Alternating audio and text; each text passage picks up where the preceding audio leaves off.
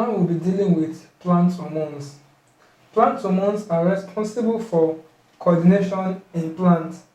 However, coordination in plants is way simpler than that of animals, but some factors are similar between them in that the plant hormones are also secreted in small quantities to effect a change, and they travel long distances also to effect this change.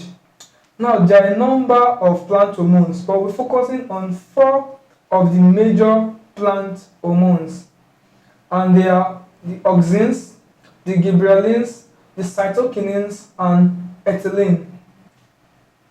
Auxins, or what is known as the indole acetic acids, are the major hormones are one of the major hormones in plants, and they function to control the growth of plants, basically apical growth or apical growth, that's the growth of the roots and the shoots.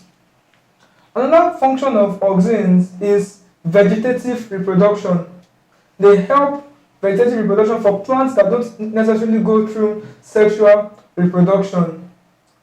Auxins also have an effect on the other hormone, on the release of other hormones. Next, we move to gibberellins. Gibberellins also function as growth hormones, especially in the plant meristem. They enable a more even growth of the plant, and they are also effective in fruit formation. Another one is cytokinins. The cytokinins also work as growth hormones. They promote growth of the shoots. And also we also have ethylene.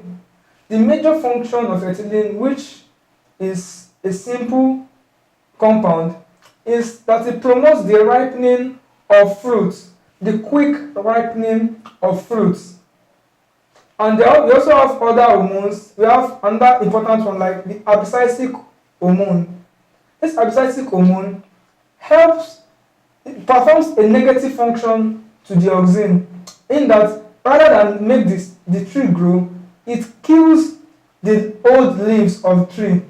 So it actually dries out these old leaves. One responsible for the drying out of old leaves of tree, making them go yellow, and then finally they are falling off from the tree.